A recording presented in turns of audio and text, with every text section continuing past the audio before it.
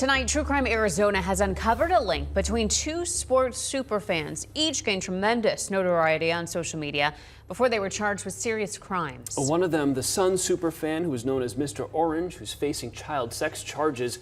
The other is a Kansas City Chiefs fan convicted of robberies. Now, at some point, these two connected here in the Valley. True Crime correspondent Brianna Whitney's been digging into the link and also the psychology at play in these cases. This is strange. Yeah, this is a really wild story, one I didn't have on my radar. So this picture behind me, this would have seemed completely normal when it was taken back in October of 2022. Suns fans at a game in Phoenix. But what this now shows is a convicted serial bank robber who used his Kansas City Chiefs super fandom to gain notoriety next to Mr. Orange, who is now a suspected child predator. How they came together may rest in their psyches that fueled their fan favorite personas. Once a staple superfan at Footprint Center for the Suns, you have Mr. Orange. And once a popular name in the Kansas City Chiefs kingdom, you have the man known as ChiefsAholic.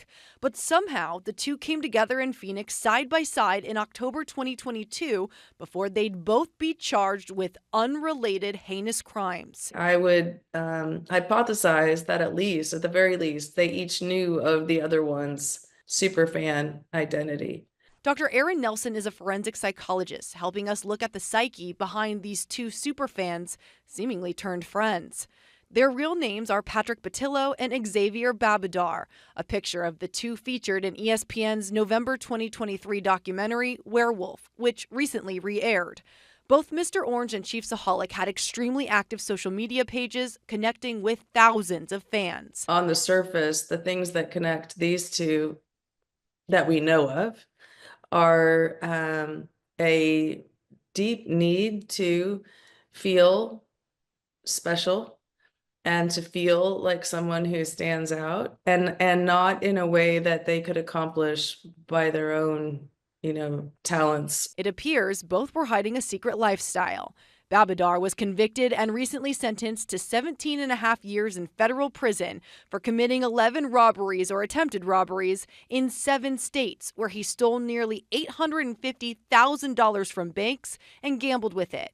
Mr. Orange was charged and indicted in April 2024 for multiple counts of sex crimes with minors after soliciting sexual photos and videos of teen boys over Snapchat in exchange for money. His reported victims, students at Peoria High School, where he coached basketball. Do you think these superfans felt that they would never be caught for their crimes and alleged crimes? Escapism plus self-esteem and gratification from that can lead folks to feel invincible. Dr. Nelson says Babadar likely committed his crimes as a means to fund his super fandom lifestyle and attend games. But she says with Mr. Orange, there's more to be analyzed. Did he create his persona with the intent to fuel his alleged pedophilia?